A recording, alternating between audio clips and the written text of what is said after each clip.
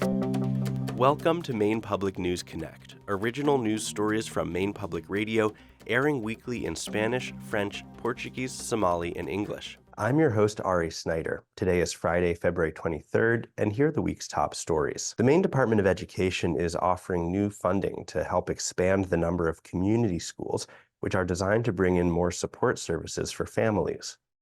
Under the model, schools partner with local organizations to bring in services that could include childcare, healthcare, and school-based food pantries. The goal is to help meet the basic needs of students and families. The grants would help pay for a coordinator at a school that would work to identify the needs and form partnerships with local groups. Maine already has 3 community schools that have received state funding, and the new funding would open up to 5 more. The Maine Department of Corrections continues to struggle to open smaller-scale alternatives to Long Creek, the state's youth detention facility in South Portland. On average, 28 young people were held at the Long Creek Youth Development Center each day last year. That's a decrease since before the pandemic. The department has been under pressure for years from lawmakers and activists to close Long Creek, which can accommodate more than 150 residents. Officials say Long Creek struggles with staffing shortages, and employees are often forced to work longer hours to compensate. A new report says that the region will need to make substantial investment in its electric grid, as Maine and New England embrace wind and solar energy and new technologies such as electric vehicles and heat pumps. New England may need to invest close to $1 billion in its electric transmission infrastructure each year through 2050 in order to handle the increased electrical demands.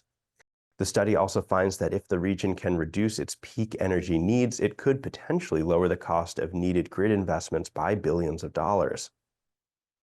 State and regional officials say that could potentially be achieved through energy efficiency measures, battery storage, and electric rates and technology that encourage consumers to use less energy during times of peak demand.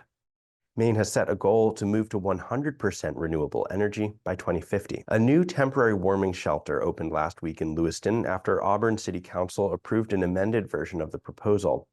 The shelter is run by Caden's Kitchen Food Pantry at a total cost of $125,000, split between Lewiston and Auburn.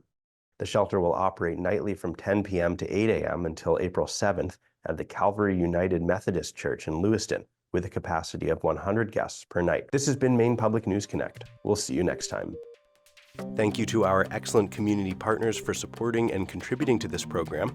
Maine Public News Connect has been made possible by individual supporters and foundations from across Maine, as well as Koo and Patricia Yuen, cPort Credit Union, Hannaford Supermarkets, MaineHousing, and IDEXX.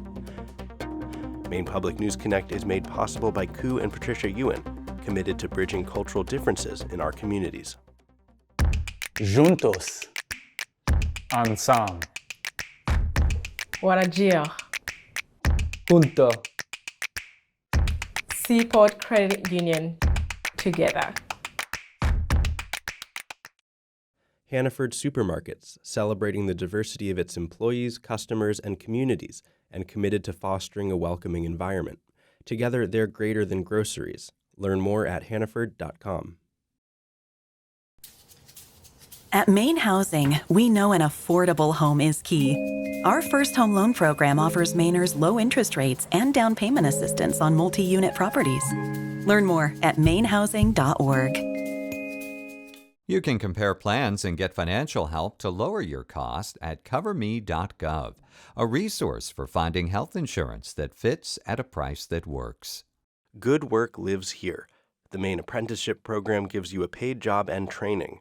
Learn more at maine.gov/apprenticeship. Things are changing with MaineCare. Stay connected to stay covered. Update your contact information at mymainconnection.gov.